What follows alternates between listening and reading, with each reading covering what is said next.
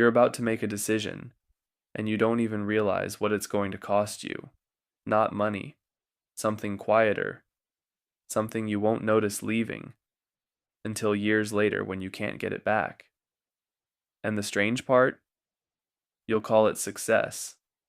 There's a version of you that still remembers your first day. The badge felt new in your hand. You checked it twice before walking in. You cared about everything: how people spoke in meetings, who interrupted, who got listened to. You told yourself, I'll figure this out. And you did, faster than most. You learned the rules no one writes down.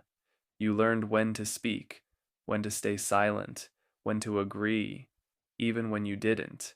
At first, it felt like progress, because it was. But there's something no one tells you about moving up. Every level gives you something, and quietly takes something in return. Think about the first time you were finally taken seriously. Not just another name in a spreadsheet. People started listening. Your opinion mattered. That felt good. Of course it did, because deep down, you always wanted to be seen. But here's the part we don't talk about. The moment people start listening to you, you start editing yourself. Just a little. You say what works, not always what's true, and you don't even notice when that shift happens. Pause for a second. When was the last time you said exactly what you felt? In a room where it mattered? Not the safe version, not the polished version, the real version. As you move forward, the stakes change. Decisions get heavier. At first, it's small things: deadlines, targets, performance reviews. Then one day, it's a person, a real person, a conversation you don't want to have, but you do it anyway, because it makes sense, because it's right for the business. And after it's done, you feel something strange. Not guilt, not pride, relief. That's when something inside you adjusts. Not breaks, adjusts. And once it adjusts, it doesn't go back. Here's what's happening psychologically. Your brain is learning what gets rewarded, not what's right, not what's meaningful, what works. Every time you make a hard decision and nothing bad happens to you, your mind rewires itself. It says, this is safe, even if it costs someone else everything, even if it costs you something invisible. Your sensitivity dulls, not completely, just enough. And the higher you go, the quieter your world becomes, more people around you, less honesty inside those conversations, because now people aren't talking to you, they're talking around you, filtering themselves, just like you once did, and suddenly, you're in rooms you used to dream about, but something feels off. You can't quite name it, so you ignore it, because you're winning.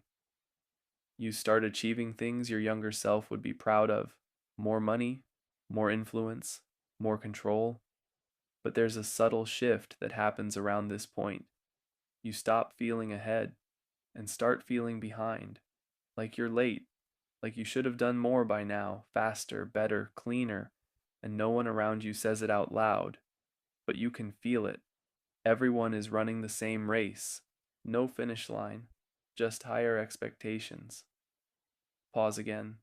If you got everything you're chasing right now, would you finally feel at peace? Or would the target just move again?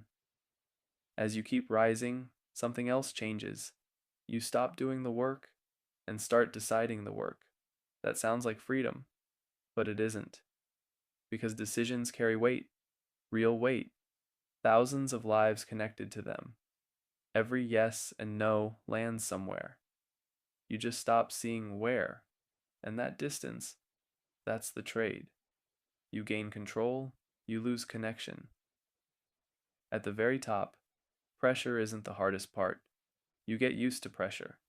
The hardest part is hiding it, containing it, making sure no one sees it leak. Because once you're the one everyone looks at, you don't get to break. You don't get to hesitate. You don't get to be uncertain, even if you are, especially if you are. So you learn a new skill. You learn how to sound certain without actually committing to anything. And when you master that, you realize something uncomfortable. This system doesn't reward truth, it rewards control. And then one day, you're sitting in a room where decisions move billions.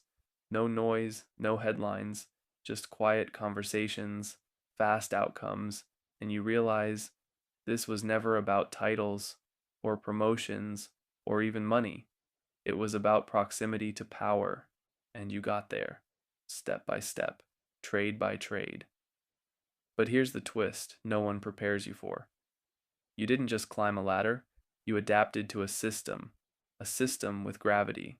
And gravity doesn't just pull you up, it pulls things out of you. Slowly, quietly, your time, your spontaneity, your unfiltered self, your relationships that weren't built on utility. You didn't lose them all at once, you traded them, fairly, rationally, over years. And the scariest part, you'd probably do it again. Because every step made sense when you were standing on it. Down in the lobby, someone new walks in. Same curiosity you had, same hunger, same belief that this is just a career. They don't see the trades yet. They can't. Because you couldn't either. No one can at the beginning. So here's the question. Not, is it worth it? That's too simple. The real question is, are you choosing it consciously, or are you just following the path that rewards you the fastest? You don't need to reject the system. You don't need to escape it.